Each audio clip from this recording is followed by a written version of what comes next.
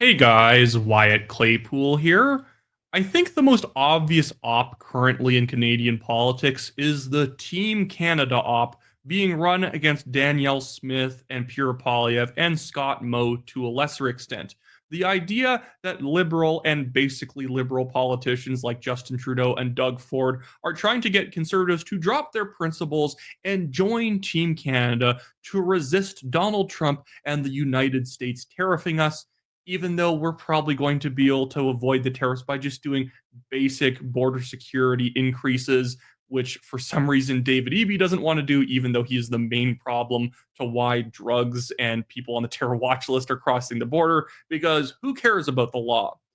I just want to jump right into this and talk first about what Justin Trudeau has said, the man who is literally a dead prime minister walking at this point in his political career. And then I want to get to some of the things that other people have said on this that I find absurd and just a way of trying to undermine conservatives' principles as well as their commitments to their real constituents. Because Danielle Smith is not trying to make Canadians happy. Her job is to make Albertans happy. And you know that I'm not saying this just because I want to say something nice about Danielle Smith. I have criticized her in the past. I voted no on her in the leadership review because I don't think I want the leader to always get 100% yeses when there's still a lot of stuff that we need to reform in Alberta. But without further ado, let's jump into what Justin Trudeau said. But guys, remember, like this video, subscribe to the channel, do all that great stuff. Help us get to 100,000 subscribers by December. And here's Justin Trudeau on the official Liberal Party X account saying Pierre Poilievre has a choice to make. And this is all about the whole Team Canada op, or what I'm at least calling the Team Canada op. Right now, Pierre Poilievre, who wants to be Prime Minister for all Canadians, has a choice to make. Either he stands up to fight for all Canadians alongside all premiers and the federal government that are doing that, or he chooses to stand with Danielle Smith, Kevin O'Leary, and ultimately Donald Trump.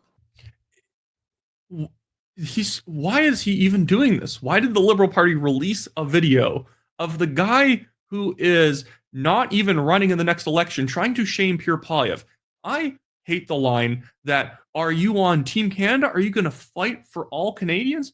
What do you mean by all Canadians? Like, actually, what do you mean by that? Because apparently all Canadians don't want us to do substantial tax reform, to deregulate, to be more competitive against the US economically, to crack down on illegal border crossings of terrorists, literal people on the terror watch list. Because while we don't have millions of people pouring over our border into the United States the way that illegal migrants are coming over the Mexican border into the US, we have 10 times the amount of people on the terror watch list crossing from Canada into the US than Mexico does.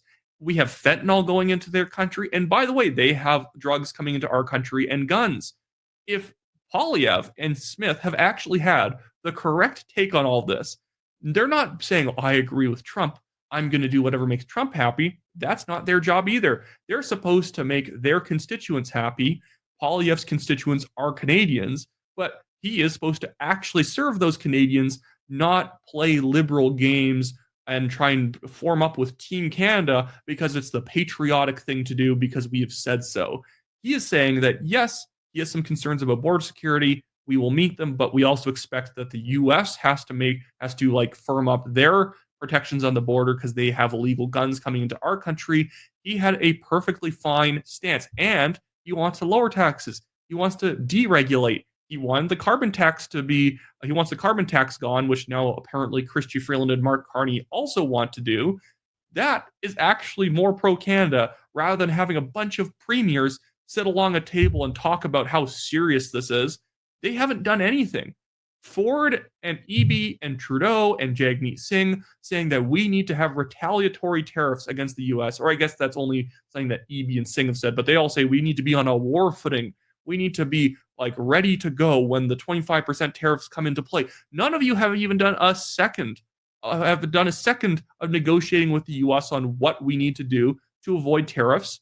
And you can make that a hardball talk saying that we'll have to raise tariffs if you guys aren't giving us a fair way of being able to increase border security and avoid these tariffs. We could easily do that, but none of them are doing it because this is all political grandstanding. You have Doug Ford out there wearing the stupid, like, Canada's not for sale hat.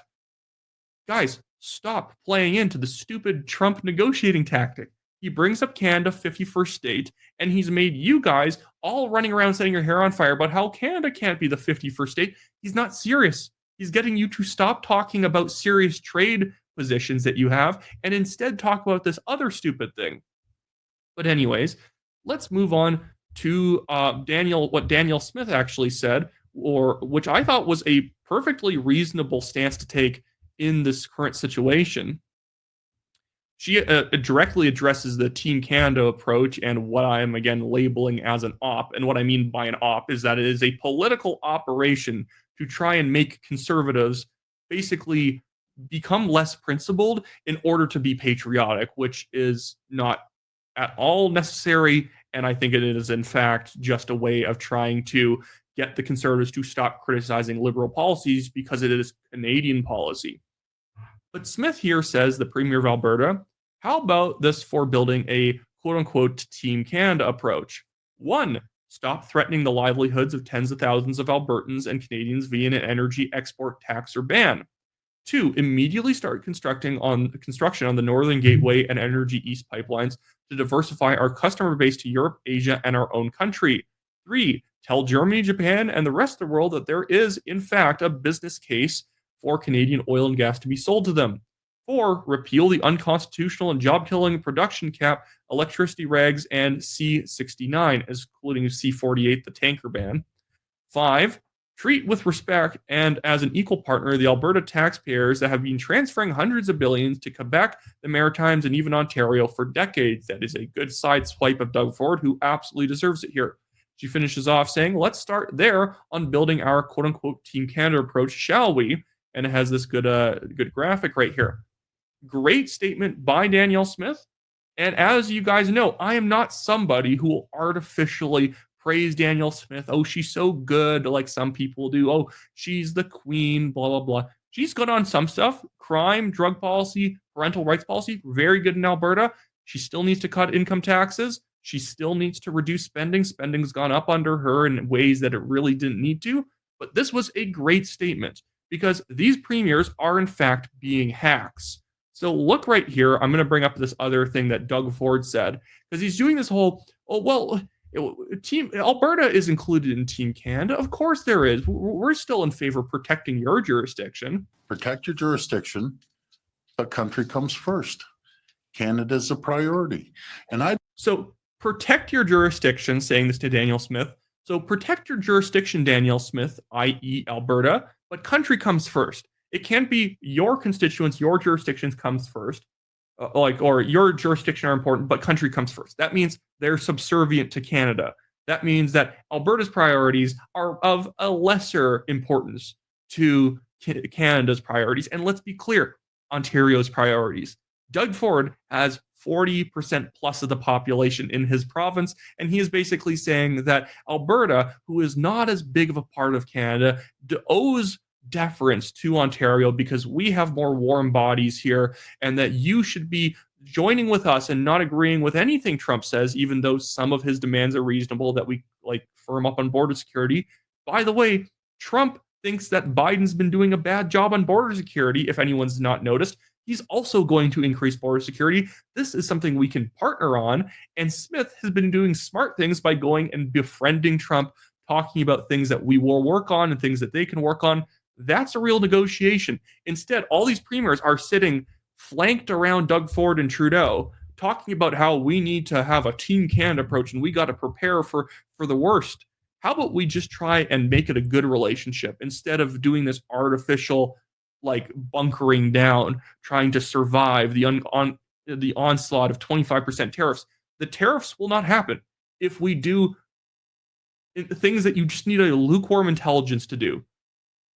Firm up border security.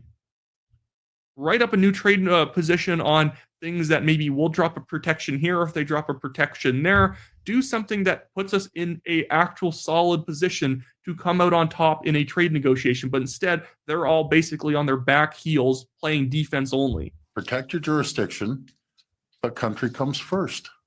Canada's a priority.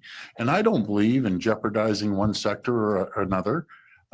Premier Smith's oil is Ontario's auto sector. When Donald Trump comes at us, he's not going to say, well, And by the way, sorry, Alberta's oil and gas sector is not Ontario's auto sector, because the auto sector in Ontario is like 50% fake at this point. It is subsidies through and through. It is subsidies all the way down. He has partnered with Justin Trudeau. By the way, if you live in Ontario, vote or even consider running for the new Blue Party of Ontario, because the PCs are basically just the blue version of the Liberals. The Liberals are the red version of the NDP. All three of those parties basically agree on like 95% of stuff. Yeah, the PCs are technically better than the Liberals, but in such a minor technical sense that I think the difference between the Liberals and the PCs in Ontario are closer than even the differences between O'Toole and Justin Trudeau, which were very minor. So vote or run for the new Blue Party, because this guy sucks. But no, the Alberta oil and gas industry, that's an insult to the oil and gas industry, is not your subsidized, bloated EV and EV battery plants and electric car manufacturing plants that you're subsidizing with Trudeau's federal government. when Donald Trump comes at us, he's not going to say, well, let's not worry about Ontario. They're good people, or Alberta. He's coming full tilt at Canadians as a whole. The interest of this country. He's not coming full tilt because he just said, I want you guys to take border security more seriously, which we honestly haven't been. That's why there's just a lot. We literally facilitated illegal migration on Roxham Road. Not as bad as illegal migration on the southern border of the U.S., but obviously we don't seem to take that much care about crime and illegal activities around the border. That's why we have tons of guns all over our major cities, which were illegally smuggled into Canada, because we just don't really care to monitor the border that close. Means we're going to have to The whole. the interest of this country means we're going to have to look at everything we can, and we'll make sure that it's fair across the country, but nothing can be off the table if the U.S. continues to choose to move forward with these punishing tariffs. Of course, Justin Trudeau knows what's good for the country. That's why it took him until January 7th to realize that maybe he shouldn't be the prime minister anymore. And he's still going to be the prime minister until sometime in March. Oh, my goodness. No.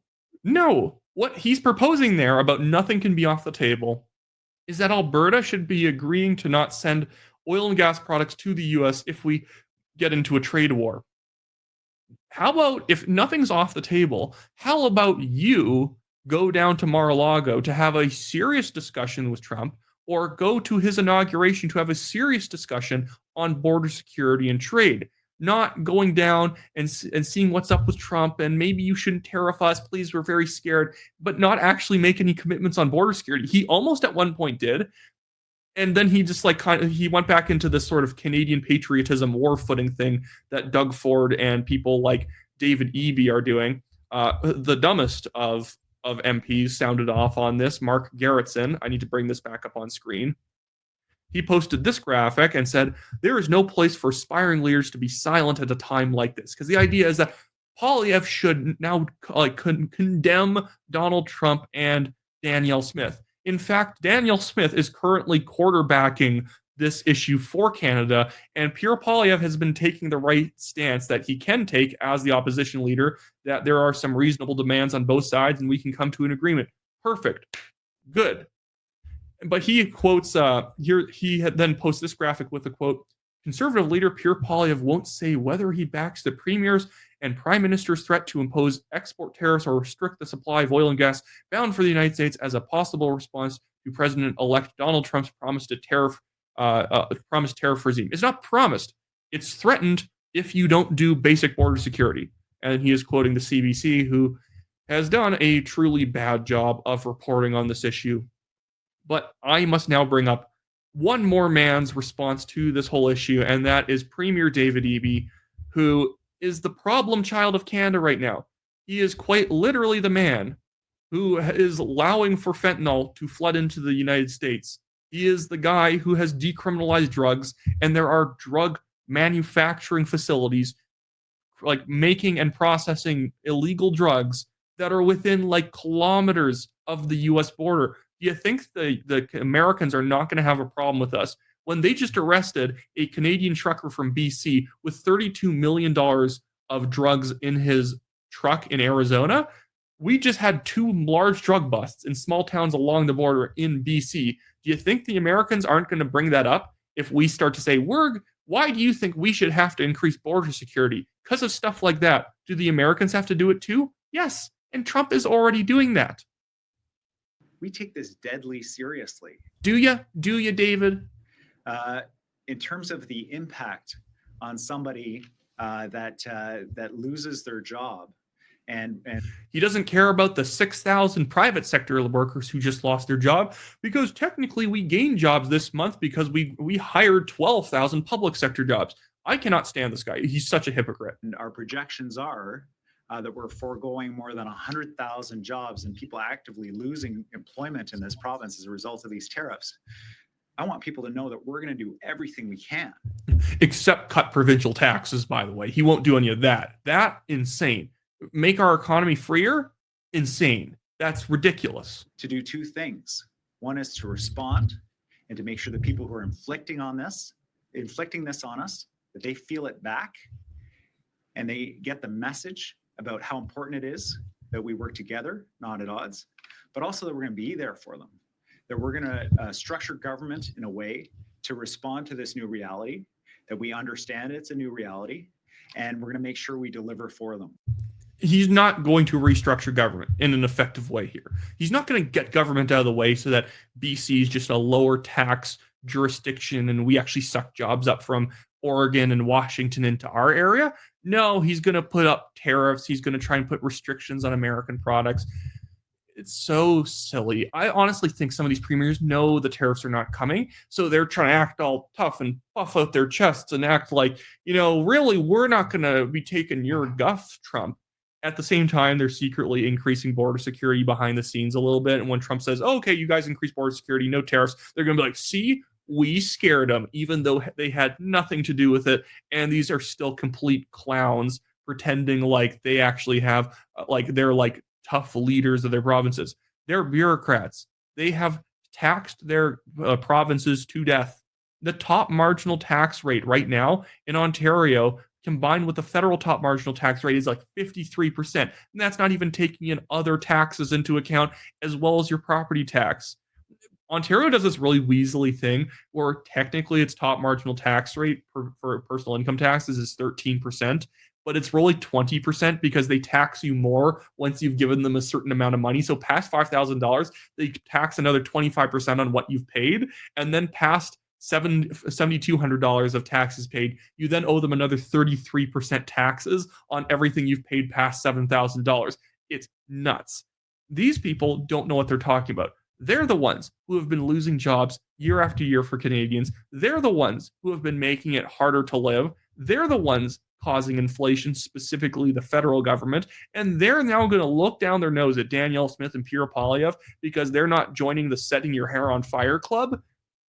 No, this is stupid. Again, if you live in Ontario, vote for the New Blue Party. It's an actual conservative party, and it's basically running on the idea that maybe we should fulfill the actual promises the PCs made in 2018 to cut taxes, cut wasteful spending, actually stand up for parental rights, actually reform the education system, all that stuff.